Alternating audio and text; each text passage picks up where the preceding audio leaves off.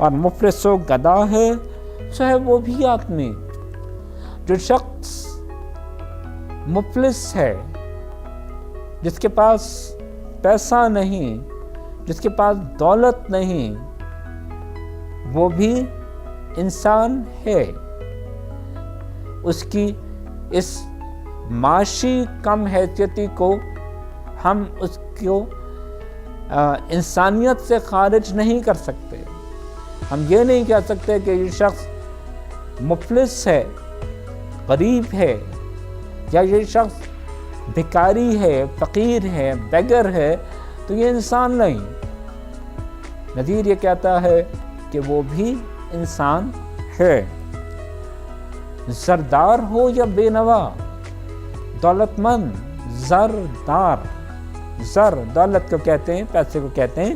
سو زردار ہو یا بے نوا ہو، بے نوا ایسا شخص اتنا کم حیثیت، اتنا معمولی کہ لوگ اس کی آواز، نوا بھی سننا نہیں چاہتے. اس کی کہی ہوئی بات کی کوئی اہمیت ہے ہی نہیں، وہ بے نوا ہے سو ہے وہ بھی آدمی. پھر نعمت جو کھا رہا ہے سو ہے وہ بھی آدمی. ٹکڑے جو مانگتا ہے سو ہے وہ بھی آدمی. جس کے پاس نعمت، جس کے پاس ہر بلیسنگ موجود ہے، جس کے پاس ہر آرام و آسائش موجود ہے، جس کے پاس اچھے سے اچھا کھانے کو موجود ہے، جو خوشحال ہے، جو اپنی زندگی سے تمام حظ اٹھا رہا ہے، وہ بھی انسان ہے. اور جو ٹکڑے مانگنے پر مجبور ہے، ہاتھ پھیلانے میں مجبور ہے، وہ بھی انسان ہے. صنعت تضاد کا اس سے زیادہ بھرپور استعمال ہمیں بہت مشکل سے کہیں ملے گا. بند نمبر 2، ابدال و قطب و غوث و ولی آدمی ہوئے، منکر بھی آدمی ہوئے اور کفر کے بھرے. کیا کیا کرشمے کشف و کرامات کے کیے، حتیٰ کہ اپنے زہد و ریاضت کے زور سے خالق سے جا ملا ہے سو ہے وہ بھی آدمی. ابدال، قطب، غوث، ولی، ان الفاظ کی میں الگ الگ وضاحت نہیں دینا چاہتا. آپ یہ سمجھیے کہ یہ معرفت کے درجات ہیں. وہ لوگ جنہوں نے اپنی عبادت، اپنی ریاضت، اپنے عشق حقیقی کے ذریعے اللہ تعالیٰ کا قرب حاصل کر لیا.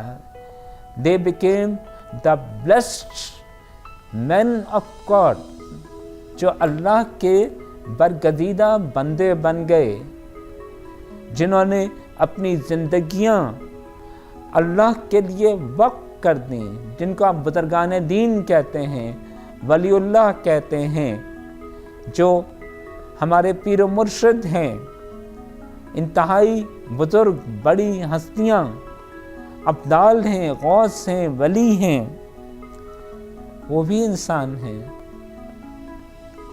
اور وہ شخص جو منکر ہو گیا، جس نے انکار کر دیا، جو کافر ہو گیا، جو نعوذ باللہ اللہ کے وجود سے ہی انکار کر رہا ہے، وہ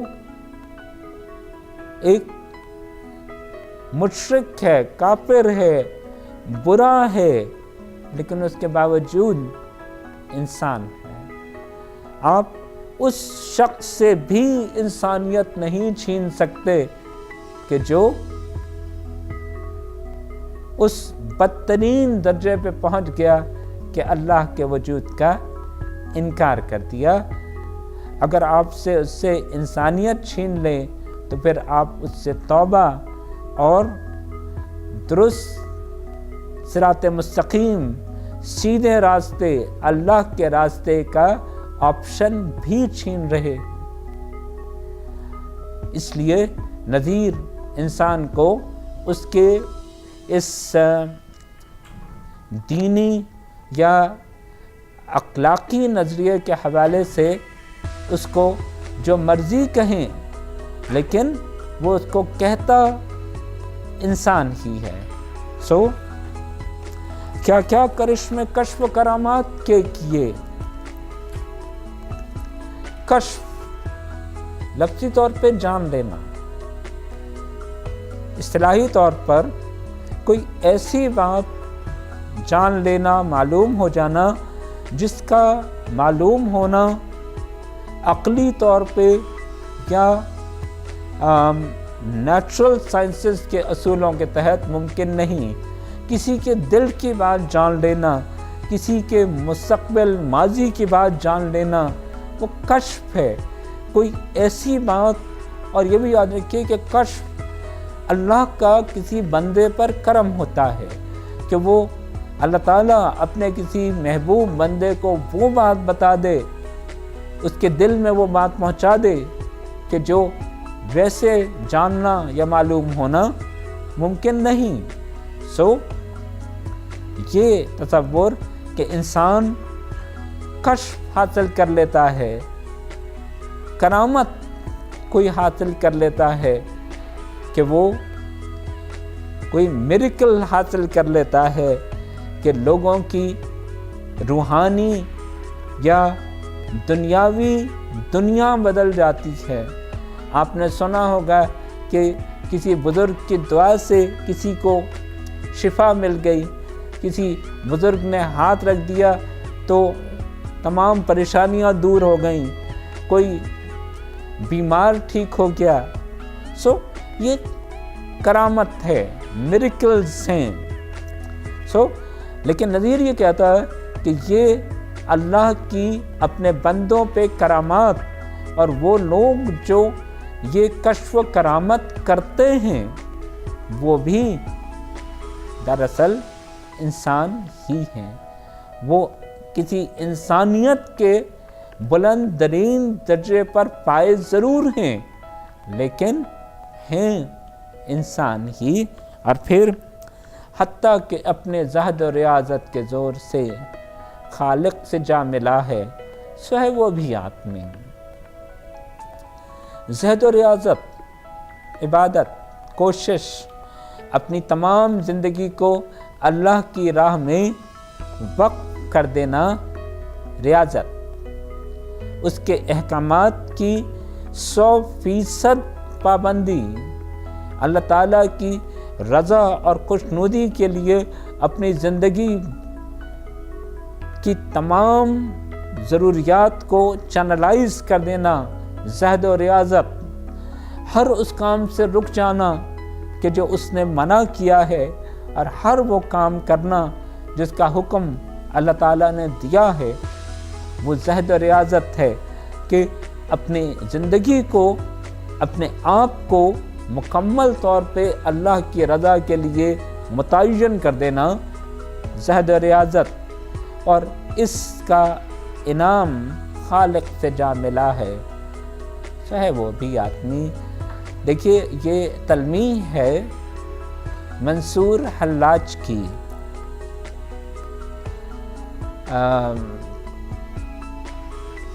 13ویں صدی کا ایک مجذوب بزرگ، ایک ایسا کردار کہ جس نے ان الحق کا نعرہ لگایا، ان الحق، میں خدا ہوں، اور اس زمانے کے بادشاہ نے منصور کو شہید کرایا، اور شہید کرا کے رویا۔ لوگوں نے پوچھا کہ اے بادشاہ کیوں؟ ایک طرف آپ اس شخص کی موت کا حکم دیتے ہیں، دوسری طرف اب آپ رو رہے ہیں۔ کہنے لگے، بادشاہ کا جواب یہ تھا کہ میں نے اس کو قتل اس لیے کر دیا یا کروا دیا کہ اس کے اس بیان سے، ان الحق سے لوگوں میں انتشار پھیلے گا، اور روتا اس لیے ہوں کہ میں اس شخص کے اصل مقام سے واقف ہوں، اس کی بزرگی سے واقف ہوں کہ یہ شخص اللہ کے عشق میں، اللہ کی محبت میں اتنا ڈوب گیا کہ اسے اپنی ذات کا احساس ہی نہیں رہا، اور اب اس کے دل و دماغ میں صرف اللہ ہی اللہ ہے۔ یہ تلمیح ہے منصور حلاج کی، اور نظیر یہ کہتا ہے کہ اس قدر بلند مقام پہ فائز ہو جانے والا شخص بھی اول و آخر انسان ہے۔ یہاں ہمارا یہ لیکچر ختم ہوا۔ اللہ حافظ۔